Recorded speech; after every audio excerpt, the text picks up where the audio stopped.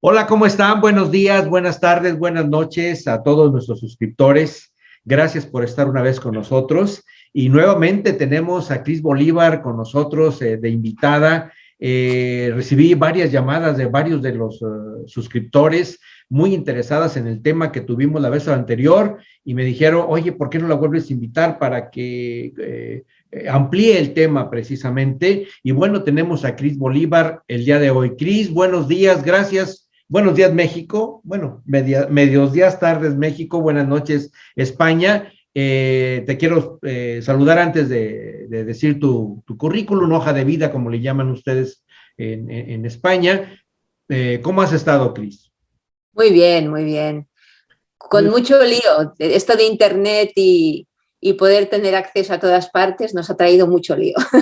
claro que sí. Déjenme volverles a recordar el currículum de Cristi. Ella es Cristina Bolívar, ella es licenciada en psicología y licenciada en filosofía. Ella es creadora del coaching esencial y el enagrama esencial. Él es coach master esencial, profesional acreditada de enneagrama, formadora y conferencista internacional. Ella trabaja en neoliderazgo. Ella es consultora máster en desarrollo organizacional, conferencista y diplomado en congresos y plataformas internacionales. Tiene 30 años, poquitos, acompañando procesos de transformación evolutiva personal, organizacional y social. Es la primera española reconocida como profesional acreditada con distinción del Enneagrama por la Asociación Internacional de Enneagrama. Ella es vicepresidente de la ICF de España, trabaja la meditación, Raja Yoga, estudios de sufismo y enneagrama, sufí, estudios de cábala, estudios de budismo, estudios de psicoanálisis lacaniano, es pintora y poeta, autora de numerosos artículos y coautora de varios libros, creadora y directora del programa de radio La Mirada Esencial, colaboradora habitual de TV y radio, y bueno, tiene un currículum enorme, enorme, enorme. El día de hoy nos va a platicar, nos va a hablar de un tema muy importante en el momento donde estamos viviendo, continuación del tema anterior que se llamó el viaje alquímico del ego al ser esencial, y el tema que va a platicar el día de nosotros, Cris, es patrones de vida y su transmutación. Cris, es un tema muy importante que me pidieron platicaras. Y adelante, Cris, yo voy preguntándote de algunas inquietudes que tengamos y precisamente sobre esos patrones de vida que a veces nos limita para poder cambiar el ego al ser esencial. Adelante, Cris. Muy bien. Sí, es un amplio título, así que cuando me lo pediste, porque lo habían pedido, claro, yo no sé el que lo pidió o quienes lo pidieron, qué tenían en mente. Así que yo voy a ir por donde creo que puede ser interesante y tú pues ya me vas reconduciendo hacia eso que sabes que tu audiencia le puede interesar. Entonces, lo primero es que me gustó mucho la palabra transmutación, porque muchas veces pensamos en cambio o pensamos en transformación, pero yo creo que transmutación tiene un matiz muy interesante, y es que la transmutación implica no desechar nada, sino que se trata, diríamos, de pasar a un estado a otro estado de mayor valor, por así decir, no porque el anterior no tuviera valor, sino porque hay una evolución en ese estado. Es como, por ejemplo, la metamorfosis, pasar de oruga a crisálida, a mariposa. No es que el estado anterior tenga menos valor, es más, si no hay ese estadio no se puede pasar al siguiente. Y eso implica una transmutación. Y esa es una idea alquímica, por ejemplo, que tiene que ver con darnos cuenta de que no hay nada malo en nosotros, no hay nada que haya que tirar. El otro día leí una frase de un personaje que decía algo así como: mira la mierda que tienes dentro, ¿no? Algo por el estilo. Bueno, no hay basura dentro, no hay nada que no sea útil. Es la materia prima para ser transmutado. Pero no porque haya que cambiarlo, no porque esté mal, sino porque, como en alquimia, la primera fase de Nigredo, se refiere o viene del lodo de la tierra del Nilo, viene del antiguo Egipto y es precisamente la tierra donde fertilizará, es una tierra fértil, donde crecerá la hierba, en fin, ¿no? Las plantas, lo que tenga que crecer ahí. Y esa es un poco la idea. Transmutar significa que yo tengo ya la materia prima para poder hacer algo con ello que me ayude a evolucionar, a esta transmutación o esta transformación, si queremos, evolutiva. Por lo tanto, no hay nada que tirar a la basura, no hay nada que esté mal, sino que hay cosas que me van a ayudar a poder hacer crecer otras o a recolocar, simplemente a veces es un tema de recolocación, de eso que ahora ya no necesito de esta manera. Por lo tanto, tengo las herramientas, tengo la materia prima y ahora se trata de cómo recolocamos eso para que me sea más adaptativo. Es decir, la idea de sabiduría en el fondo tiene que ver con cómo hemos transmutado al ser para poder ser más correspondientes con lo real, para poder leer mejor y poder tomar decisiones y acciones más adaptadas evolutivamente a ese entorno, momento histórico, proceso de vida o lo que sea en el que estemos. Y eso nos lleva a estos patrones de vida. Normalmente por patrones entendemos algo que está ahí, que es repetitivo, que está automatizado, que viene, muchas veces se cree, ¿no?, como en nuestro ADN y que poco podemos hacer. Podemos estar hablando de patrones, por ejemplo, cuando hablamos de egos. El ego sería una manera de funcionar en el mundo desde un lugar determinado donde leemos determinadas cosas o somos sensibles a determinadas cosas que leemos rápidamente, es lo que muchas veces nosotros llamamos intuición de ego, para reaccionar porque está pendiente de las amenazas. Es una estructura psicológica de adaptación social y es un instrumento defensivo que protege nuestra vulnerabilidad o sensibilidad de una forma rápida, parte de la experiencia de placer-dolor, se va construyendo con el lenguaje simbólico humano y acaba siendo este patrón o esta forma de funcionar a la que reaccionamos, desde la que reaccionamos. Claro, luego habría otras miradas, ¿no? Podemos hablar, hay líneas de trabajo que hablan como de instintos. Instintos, yo como psicóloga y especializada en psicología animal, instintos animales no hay prácticamente, hay bien pocos y muchos de ellos son confundidos con instintos, pero en realidad son lo que se llama aprendizaje biológicamente especializado, es decir, también son aprendidos. Aprendemos a reaccionar de determinadas maneras, incluso a nivel totalmente visceral e inconsciente y automatizado, porque nos sirven para sobrevivir. Bueno, el ego es muy cercano a esto, no le pondría sinónimo, pero muy cercano. Pero también podríamos hablar de orientaciones, ¿no? La orientación por ejemplo, en Eneagrama se habla de 3 grandes orientaciones: a estar pendiente del cuidado y la protección, a estar pendiente de lo social, de dónde estamos, ¿no?, con quién estamos, cuál es su estatus, el poder, etcétera, o de estar pendientes de dejar huella, de ir más allá de nosotros, que serían a veces se le llama instinto, pero es incorrecto, los 3 grandes impulsos, más, diríamos, de orden animal automático que podemos tener en pro de la especie y en pro del individuo en la especie. Entonces, podemos estar hablando de patrones desde muchos ámbitos o varios ámbitos distintos, pero en cualquier caso suele hacer referencia a eso que parece automatizado y que no podemos hacer gran cosa. Bien, la propuesta es que sí podemos hacerlo, precisamente porque somos humanos y tenemos esa capacidad de consciencia y de recreación y de transmutación que nos lleva a poder no dejarnos llevar por estos patrones de vida. No sé quién le puso el título ahí exactamente qué quería decir. Fíjate, en ese mismo sentido que estás comentando, hay patrones de diferente ámbito, como tú lo estás comentando. Como experta en desarrollo organizacional, pudiéramos decir, hay patrones de las empresas a seguir trabajando sobre lo mismo sin tomar en cuenta muchos factores que se encuentran en el entorno como áreas de oportunidad.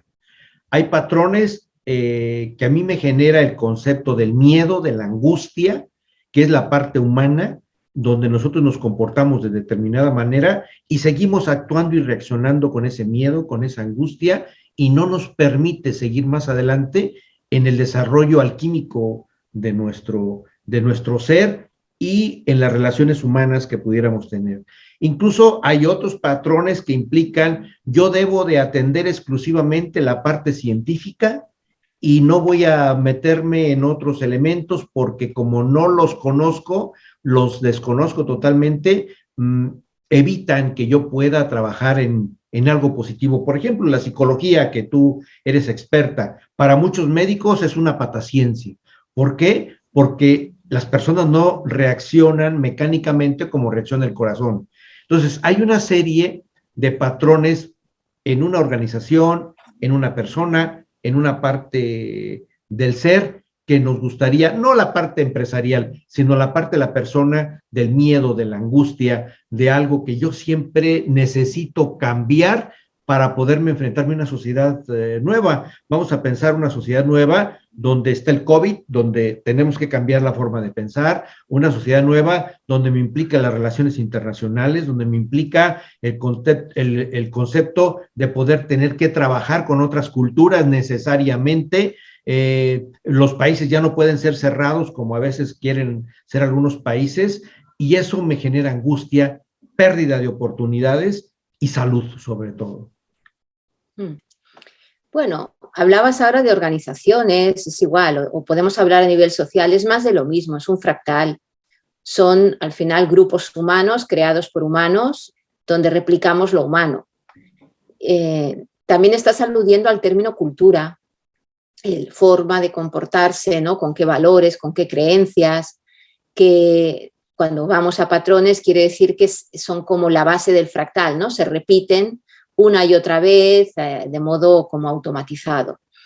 Bueno, el ser humano tiende a eso, porque es una forma, diríamos, de simplificar lo complejo, pero que obviamente en épocas de complejidad o en épocas Bucaif, o llamémosle como queramos, ¿no? Volátiles, inciertas, complejas, instantáneas,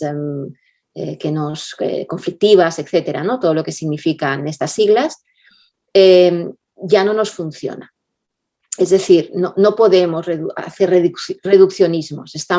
Venimos de una posmodernidad donde hemos tendido mucho a hacer reduccionismos, incluidos el concepto científico y cosas por el estilo. Por ejemplo, a mí me gusta mucho una distinción que hace Habermas, un filósofo, respecto a las ciencias.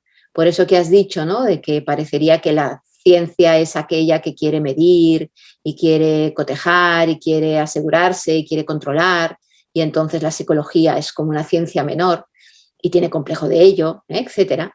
Entonces Habermas distingue las ciencias según su objeto. Entonces hay las ciencias empíricas que quieren tener el control, ¿no? Y su objeto es el control y el cambio sobre la naturaleza y sobre las cosas, pero también están las ciencias del espíritu, como la psicología, como la pedagogía, la antropología, que lo que pretenden es la comprensión, por ejemplo, de esos patrones, la comprensión de cómo está funcionando la cosa sin necesidad de querer cambiarla en términos de dominio de la materia en sí. Y después tenemos las ciencias críticas o filosóficas que tienen como objeto el autoconocimiento en profundidad o la emancipación, la liberación, el camino espiritual, filosófico.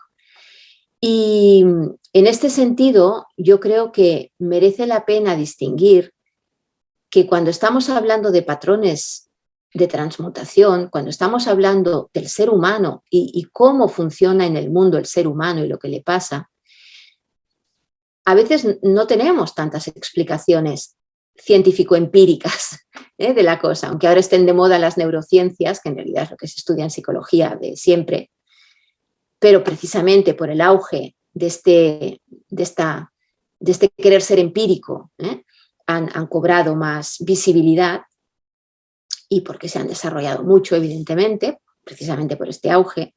Pero cuando hablamos de todo esto, yo creo que no hace falta pretender esta comprensión científica de cuál es la neurona número 25 que se mueve cuando yo parpadeo y que hace que reaccione al parpadeo del otro.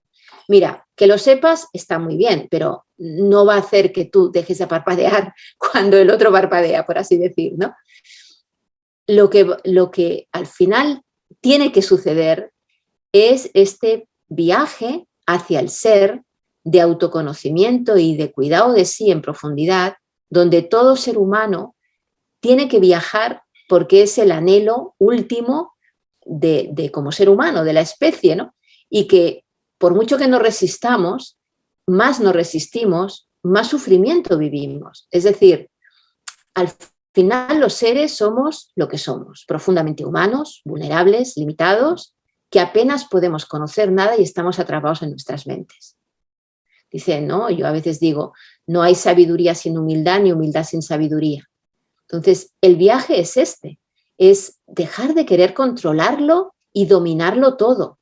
El mundo no es que ahora sea cambiante, lo ha sido siempre, pero vivíamos en la ilusión de que lo podíamos controlar porque vivimos en épocas muy egoicas, hasta que los baños de realidad son tales que nos damos cuenta a nivel individual o a nivel global que esto no es así.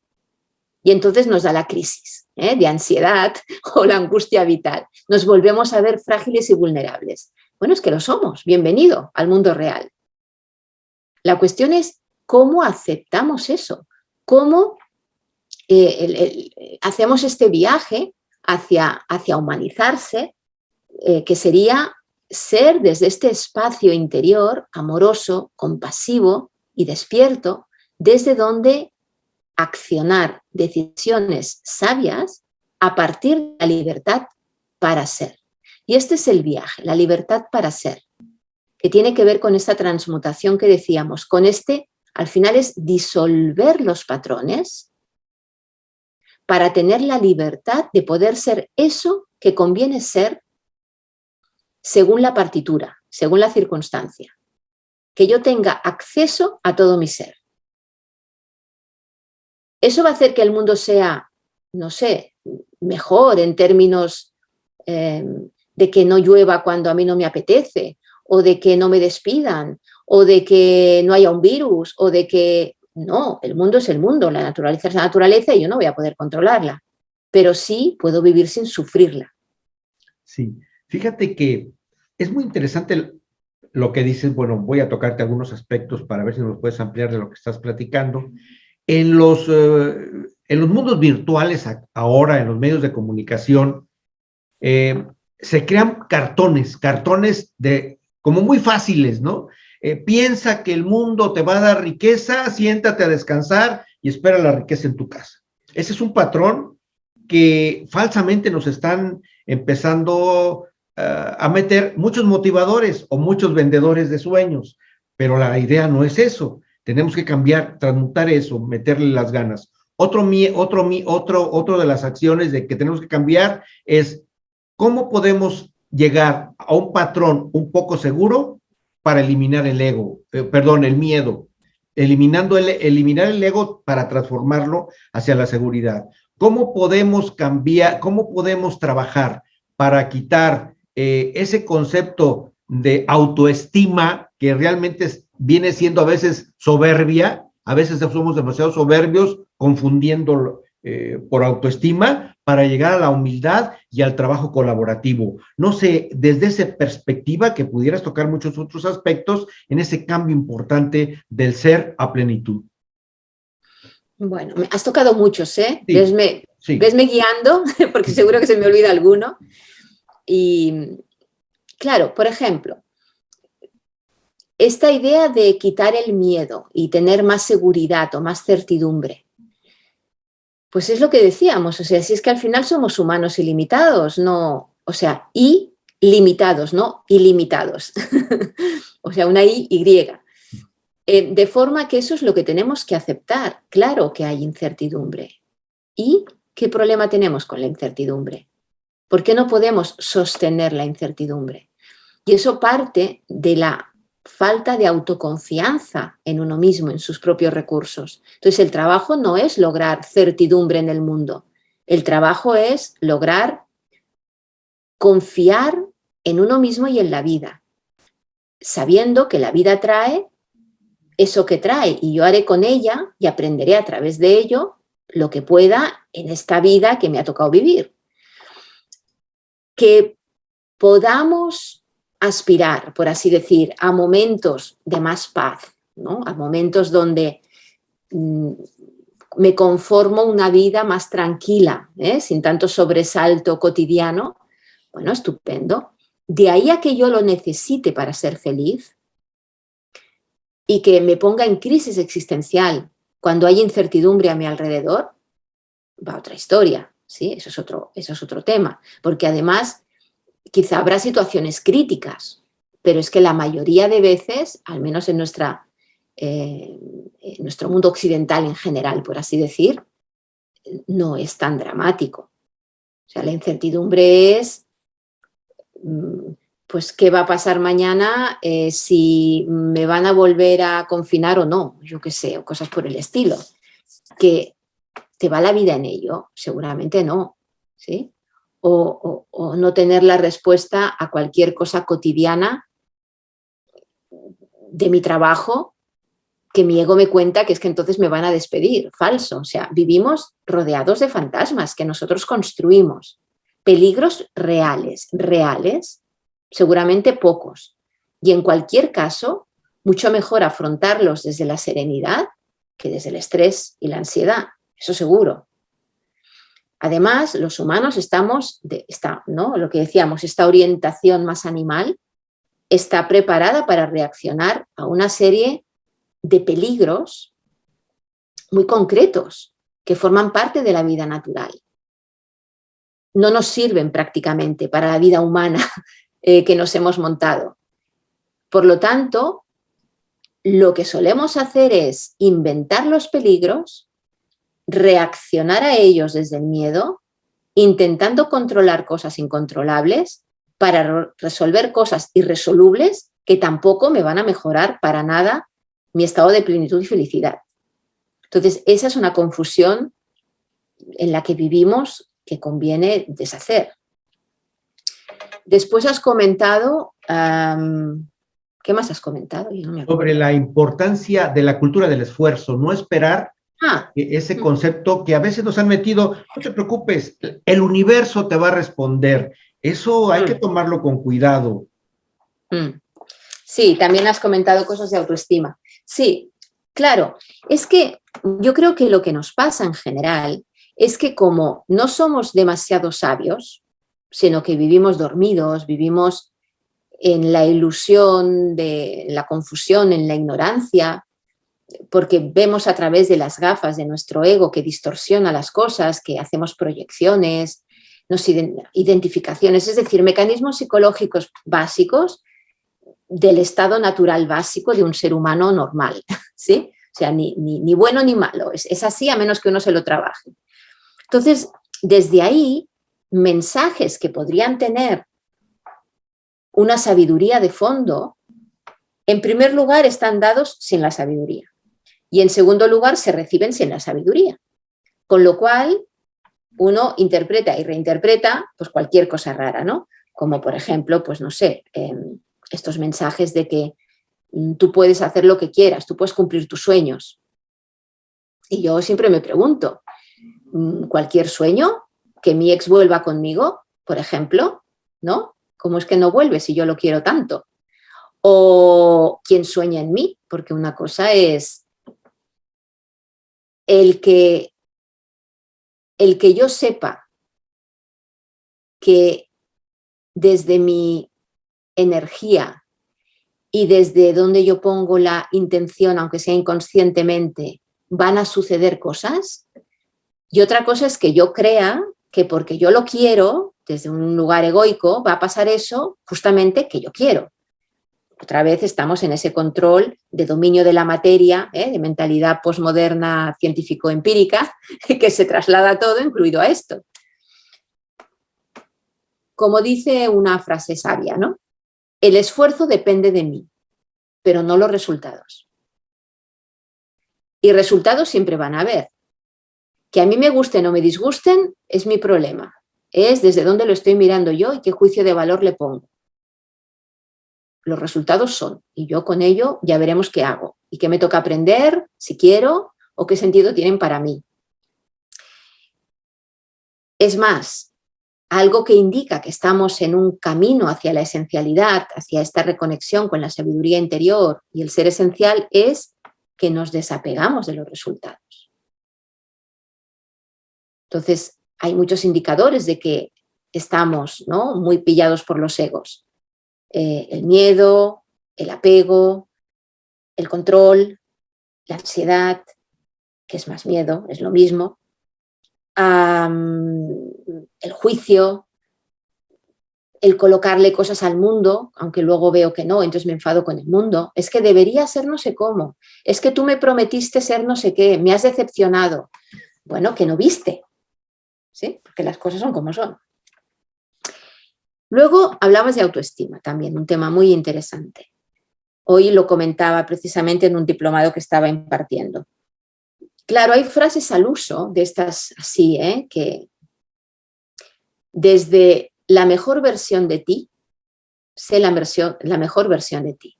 Yo esta frase la cuestiono mucho porque dices, bueno, si hay una mejor es que hay una peor. Entonces, ¿quién está mirando eso? ¿Quién decide mejor o peor? Ya estamos en la dualidad de un juicio. Por lo tanto, además, si tengo una versión, dejo de ser otra versión. Entonces, esto va de versiones. No sé, no me cuadra desde el punto de vista de la sabiduría. El tema es cómo ser en plenitud, cómo desarrollar mi ser, cómo transmutar eso que ahora hay como materia prima, que quizá hay cosas que ya no me sirven, lo transmuto de forma evolutiva a un ser más completo y ¿no? Porque la semilla crece, se expande, florece, ya está. Ahora, por ejemplo, en los países de habla anglosajona, etcétera, está muy de moda decir el florecimiento, ¿no? Flourishing. Bueno, pues es esta la idea, esta semilla que florece. Pero no hay una semilla o una planta en una mejor o peor versión de la planta. No sé si me explico. Esto tiene otras cosas que ahí ya no sé cómo podríamos leer bien. O, por ejemplo, el merecer. Yo es que me lo merezco, además atado al esfuerzo. Bueno, entonces, si te lo mereces, es porque también puedes no merecértelo.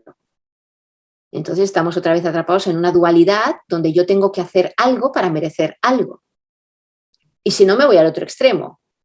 Bueno, es que yo me lo merezco porque me lo merezco. O sea, el mundo me debería dar cosas porque sí, ¿no? Porque yo me las debe el mundo. Entonces exigimos al mundo que me dé estas cosas. Una pareja, un no sé qué, lo que sea. Claro, estos son juegos un poco perversos, porque a mí me gusta una frase de Bruce Lee que dice, no porque seas vegetariano, el tigre no te va a comer. Entonces es lo mismo de antes, ¿no? O sea, yo puedo pensar que me merezco lo que sea, pero ese es mi problema. O sea, el mundo me traerá lo que me tenga que traer. La cuestión es que yo no lo asocie a mi valor personal, a mi esfuerzo, a mi lo que sea. Lo que decíamos, o sea, el desvincularlo de los resultados indica grados de sabiduría. Tocaste un punto esencial, un punto muy importante, todo este cambio. En el mundo donde estamos ahora, egoísta, egoico. Egoico por muchos factores, la gran mayoría de gente piensa que se merecen las cosas. Y entonces viene el conflicto con pareja, con la organización, con la propia salud, con el propio cuerpo, sin el concepto del esfuerzo. En ese mismo sentido, y para ir cerrando, porque esto es muy largo, Cris, la parte importante de poner tu parte. Yo siempre he dicho, tú haz tu parte y lo demás deja que las cosas se vayan dando. En ese concepto del merecer, en ese concepto de lo egoico y en ese concepto de la importancia de poner mi parte, para ir cerrando esta parte importante en el concepto del ser a plenitud. Sí, es decir, yo puedo poner mi contribución y aquí podríamos abrir otra línea de debate en esta transmutación y en este soltar patrones. Nosotros hablamos de neoliderazgo. Entonces, la idea es, todos influimos, todos somos líderes, no se puede evitar. La cuestión es en qué dirección utilizo esa influencia. ¿Soy cómplice de un sistema tóxico o aporto transformación evolutiva y un sistema más sano? Entonces, eso sí que está en mi posibilidad de decisión. ¿Cómo influyo? ¿Qué aportación hago? ¿Cómo lo hago desde un nivel de conciencia donde el neoliderazgo implica tener en cuenta al neocliente? El neocliente tiene que ver con todos los seres. Ese que recibe de mi influencia en el mundo de las organizaciones, pero también en los ámbitos familiares o sociales o lo que sea. Neocliente o que recibe este impacto, ¿no? o esta contribución que yo quiero hacer, implica no solamente humanos, no solamente animales, sino al cosmos entero. Es decir, ¿hasta qué punto vamos o tenemos la obligación ya, por así decir, de desarrollar nuestra conciencia ecológica? Que para un humano es difícil porque hemos creado un mundo que se nos escapa totalmente. Es demasiado grande. Estos sueños de grandeza humanos, sí, tecnológicos, pero no entendemos nada. Y cada vez la liamos más, ¿no? Por así decir, porque es demasiada complejidad. Entonces, este compromiso con contribuir de una forma evolutiva al todo, porque estamos influyendo en el todo, porque formamos parte de sistemas, es decir, un sistema se define como la interacción que se dan entre las partes, todo está en relación con todo. Tiene que ver esta contribución, tiene que ver con que yo me comprometa con mi propio desarrollo personal. Y el desarrollo personal tiene que ver con el cuestionar lo dado, ¿no? Como decía Krishnamurti también, no es sano estar bien adaptado a un sistema profundamente insano. Bien, ¿dónde estoy? ¿Qué me estoy creyendo?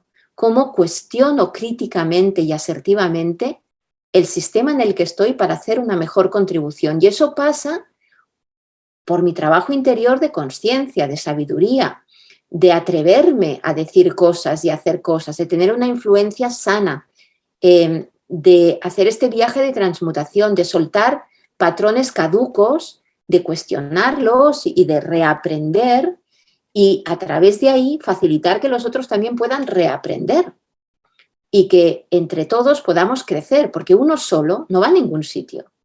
Nos necesitamos a todos. Y de ahí otra vez este neoliderazgo, ¿no? Este impacto que sí o sí tenemos, pero cómo lo podemos canalizar bien. Para crecer, por ejemplo, hay una idea que a mí me gusta mucho, que tiene que ver con la ley del 3 del eneagrama sufí y que tiene que ver también con la idea de Hegel, de tesis, antítesis, síntesis. Bien, pues la idea es algo así como que estamos en un mundo dual, de polaridades. Nosotros estamos totalmente dualizados, vivimos en mundos de juicios. Juicio significa categorías donde o bueno o malo, o sí o no, o me gusta o no me gusta, o permito o no permito. Este es el juicio.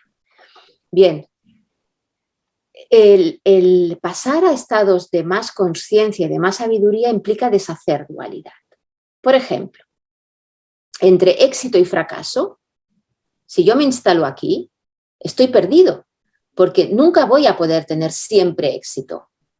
¿Sí? Siempre habrá momentos que yo considere desde esta mirada como fracaso, porque no todo va a ir como yo espero desde mi expectativa. Entonces, la idea no es luchar con esta dualidad y controlarla para irme a una de las polaridades e intentar eliminar la otra, que es donde estamos todos, sino trascenderlo. ¿Dónde? ¿A un punto gris entre medio de las dos? No. Sí, un poquito fracasado, pero no tanto. Un poquito exitoso, pero no, no es eso, ¿sí? Sino que es elevar conciencia y darme cuenta, por ejemplo, de que la vida va de experiencia o de aprendizaje. Cuando yo realmente interiorizo que la vida es experiencia, éxito y fracaso dejan de tener sentido. Bien, y esto para cada una de las polaridades. Bien, si hacemos este paso de ir creciendo en espiral, por diríamos, este triángulo donde hay la dualidad abajo y el nivel de conciencia arriba, del salto evolutivo, cuando yo hago este viaje en espiral hacia arriba, cada vez, fijaos que la espiral es más grande y cada vez es más pequeña, ¿no? Es como que en este viaje yo me voy centrando, me voy colocando en mi centro, salgo de la dualidad, salgo de la desintegración y me voy centrando, de forma que estoy más en contacto con mi ser esencial. Esa también es una forma de entender cuál es este proceso de desarrollo evolutivo. A veces somos centrípetos y a veces somos centrífugos para poder llegar a ese aspecto del yo. Para concluir, Cris, fíjate que hay algo que me llama mucho la atención. Los medios de comunicación, más bien la tecnología, está caminando a generar un mundo virtual, ¿sí? Es decir, yo me voy a poner unos lentes, una máquina en mis ojos. Yo vivo en una comunidad muy pobre porque pues todo se lo dejo a la tecnología, me pongo los lentes y resulta que vivo en un palacio y empiezo a generar unas expectativas que no son. Por eso es importante lo que tú has estado manejando. El concepto de transmutación, el concepto de la intermediación y el concepto de la realidad, para poder cerrar esos tres elementos y cerrar en un concepto de superación del ser. Y ahí terminaríamos, Cris. ¿Cuánto rato tengo? El que tú gustes. 5 minutos, 10 minutos. Sí. Bueno. Sí, al final la idea es cómo ir hacia un espacio de más armonía interior sin que me descoloque tanto el cambio acelerado en el que vivimos, que el humano no podemos manejar, ¿no? Entonces tú hablabas de fuerzas centrípetas y centrífugas.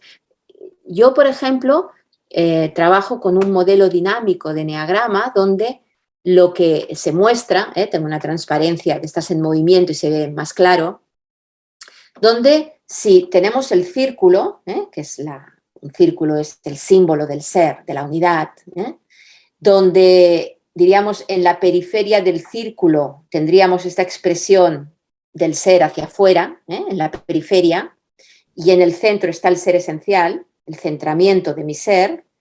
Diríamos que hay un primer movimiento en este autoconocimiento y en este desarrollo que tiene que ver con ir de fuera hacia adentro, ¿sí? Es decir, de mis capas exteriores, que yo puedo ver más fácilmente de mí, son más conscientes, más visibles, voy haciendo todo un trabajo interior en este autoconocimiento y en este cuidado de sí.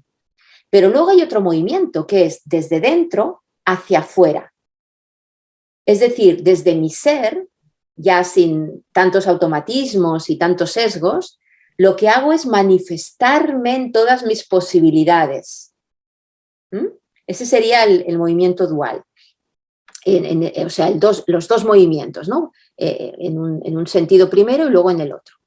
Pero que obviamente, como es un viaje de vida, no es que de una vuelta y ya está, y luego y la otra y ya está, me puedo morir. No, esto vamos, venimos, durante toda nuestra vida.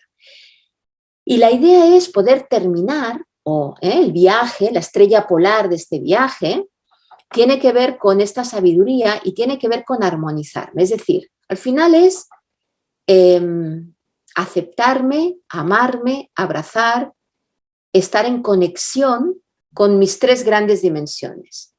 Mi dimensión corporal somática y vivirme en presencia, en el aquí y ahora, en este ser terrenal y corpóreo que soy, con mi influencia y mi poder y mi espacio.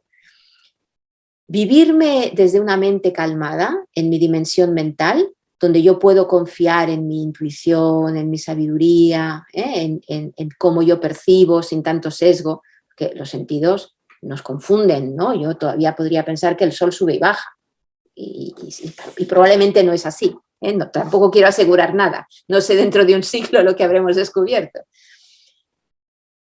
Y por otro lado, poder en mi dimensión emocional o de corazón, por así decirle, vivir desde el corazón abierto, desde la autenticidad. Que estas tres dimensiones, de hecho, tienen mucho que ver con los tres centros neuronales básicos también del humano. ¿Y esto a dónde nos lleva? Hay una frase, si quieres con esto cierro, que tiene que ver con que el camino espiritual hacia la sabiduría es un viajar hacia la estrella polar interior, es decir, hacia eso que a mí me da sentido. Allí, en ese profundo espacio, encontraremos nuestro oro alquímico, un punto de luz del ser que se expande a todo el universo. Cris, fabulosas palabras de cierre. Yo les invito a los que nos están viendo este programa, vean el programa anterior, que es del cambio alquímico del ego al ser interior, y luego vean este programa, porque es una relación muy importante de los dos programas y que había quedado con algunas dudas que ahora Cris nos las acaba de solucionar. Alfredo, sí. Esto lo tendrás que añadir al principio de esta entrevista, porque si no ya se habrán visto el episodio. Sí, le pongo al principio, pero bueno, lo que pasa es que se fue dando y yo me quedo muy, muy contento de que nos haya cerrado este primer círculo que se abrió en la fuerza centrípeta en el otro programa, a la forma de integración con todos los conocimientos. Muchas gracias, Cris. Te agradezco todo el apoyo que nos has dado. Nos estamos viendo a todos los que nos ven, darle un dedo hacia arriba, un link positivo, y nos estaremos viendo en otro programa. Esperemos que en un futuro volvamos a convencer a Liz para hablar de enneagrama en un futuro, pero ya está perfectamente solucionado esas inquietudes que a muchos de los que nos vieron el programa anterior lo querían que se diera. Muchas gracias, hasta luego, Cris, hasta luego todos los demás, nos veremos. Gracias. Que la sabiduría nos acompañe.